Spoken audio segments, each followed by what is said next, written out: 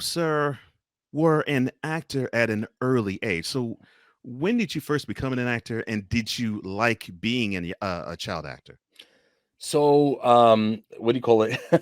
I started probably I had to been 5 or 6. What's funny, Mhm, and I'll share it with you. So here, my you can see on my I gotta be careful with what I show, but if you see my mhm. SAG after card here, shows since 1980.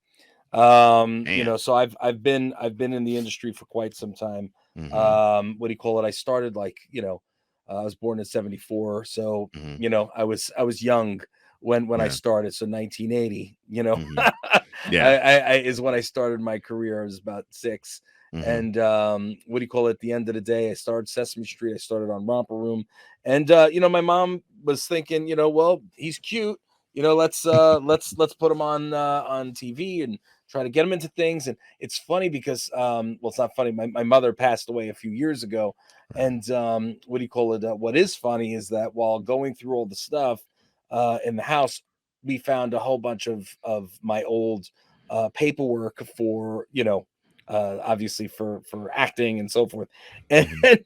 and what's crazy is I had more agents then than I have now. Wow.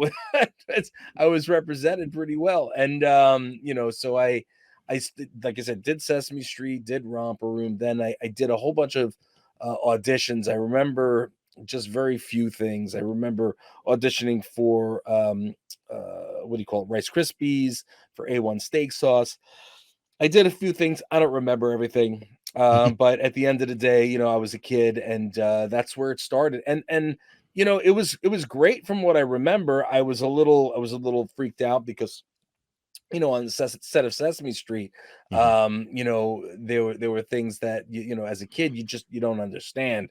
And Right. what do you call it? There was one point where Big Bird, who's Carol Spinney, who I reconnected with well later in life, so he walks over, and we were off screen, and it was the end of the episode, and my mom and I were standing there, and he comes over and he starts talking, and to my mother, and then two guys come over and they pull the top half of Big Bird off of Mm. off his body, and now there's a man on the inside of Big Bird. I'm going, oh my God, they just killed Big Bird. I was like, what's going on? There's a man inside of him. What's going on? And then as they're carrying off the head, I turn around and I see Snuffleupagus in the rafters. I go, oh my God, they killed Snuffy. Like what? Like, Oh, man. yeah, so I was freaking out as a kid because you don't know, you don't understand. Right. What do you call it? I don't know.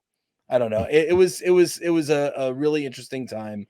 It was a really interesting time in my life. And my mother and my father, since they'd been split, if you've ever been, or people that are coming from a divorced home, Mhm. sometimes there's back and forth and tugging of pull of tug of war on the kids. So Right. there were days that my father wanted to see me, so my mother couldn't bring me into the city for auditions and blah blah blah. And there was so my child acting kind of was cut short, where it could have probably been a lot bigger, than it was. And it is what it is, though. Time goes by.